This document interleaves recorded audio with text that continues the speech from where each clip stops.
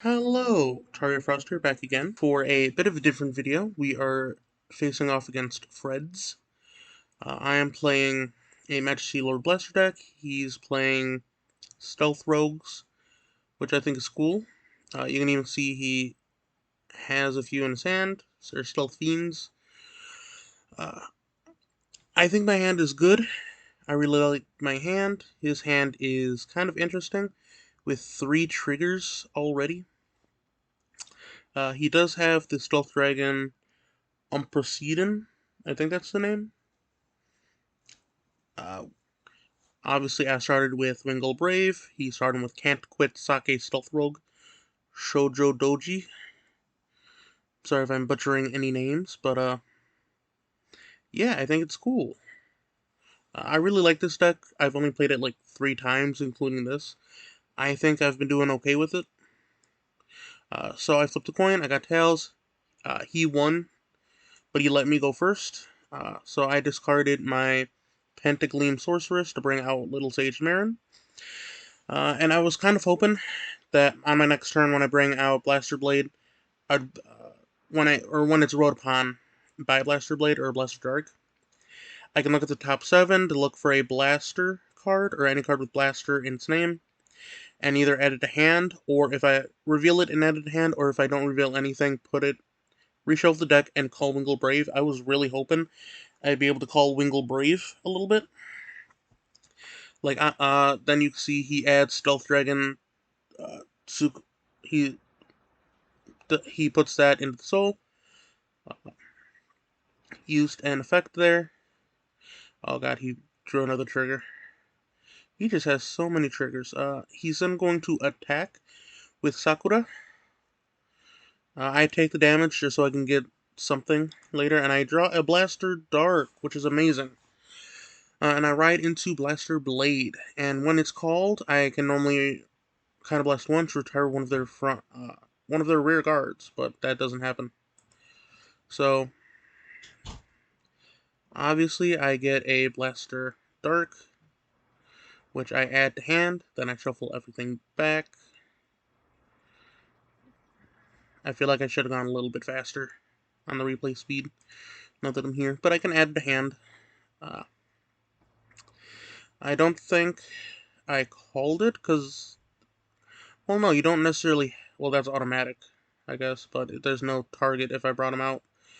I could bring out this Mugain, which I do, which allows me to discard a card from my hand, look at the top 2, and call them as not standing. If I'm allowed, if I can, right?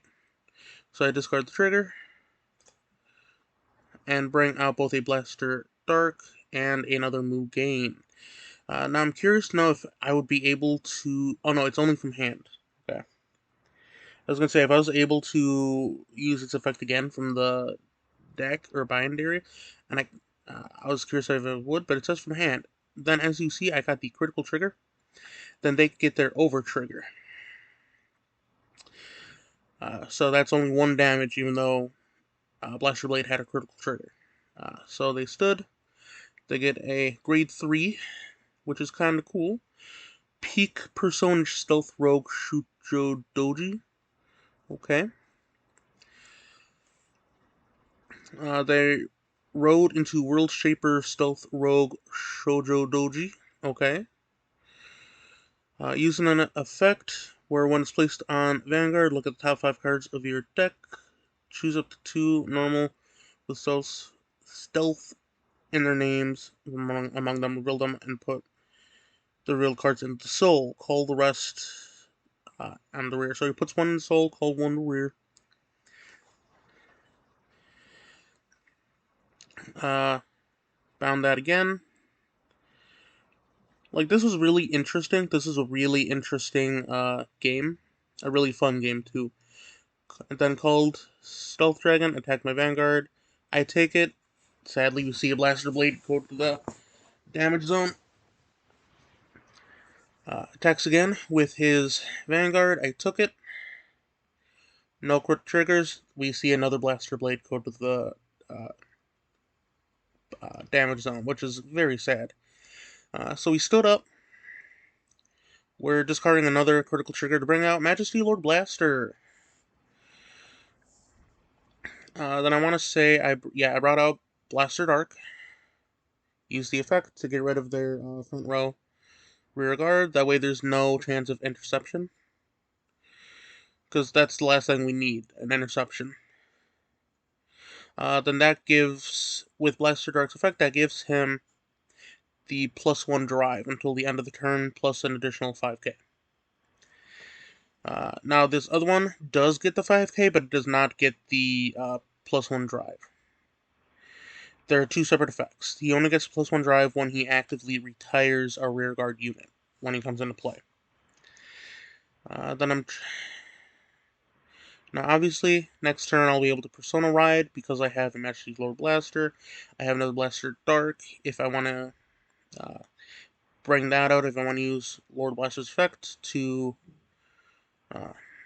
put Blaster Dark into the soul. Now I attacked with Blaster Dark. Get the drive, got the power, and I heal 1. Gave the power to Lord Blaster and I heal 1. He checks, it's a critical trigger. That's fine. I attacked with my other Blaster Blade, supported by Mugain. Then he gets a heal trigger, which is kind of insane. Now, as you can see, I put that into the soul, so now, because I put Blaster Dark into the soul, he gets +1 drive until the end of the turn. And normally he would get +1 critical and +2k, but I think I forgot about the +2k. I forgot about that ability. But 3 drive tricks, so instead of the regular twin drive, it's triple. Then I believe he guards with pretty much everything, except, no, I don't think he used the perfect guard, but he used like 2 15s. He used the 15, that's 50k right there. I would need 3 triggers, so that's a critical trigger, 2 critical triggers, and the draw trigger. So I got all of the all 3 triggers that I needed for 4 damage total. And like I said, I initially forgot about it, but I put it on there. As you can see, it's 55 instead of 53. So that's 1, 2, 3, 4 right there to finish the game before he even got to grade 2. Then we're just kind of showing each other what our hands are, kind of explaining what we would have done from this point. But it was a lot of fun to be able to, like, fight on CFA again. Like, it was a ton of fun to just fight like this. And I hope to face him again soon. And I have changed the deck since then. I changed it earlier today. I took out one of the grade 3s that I don't use for a different one. Like, it's fun. Highly recommend. But that's it. I hope you enjoyed the video. I know it's something a little different, especially with the voiceover and everything. But I'll see you in the next one. Stay frosty, my friends.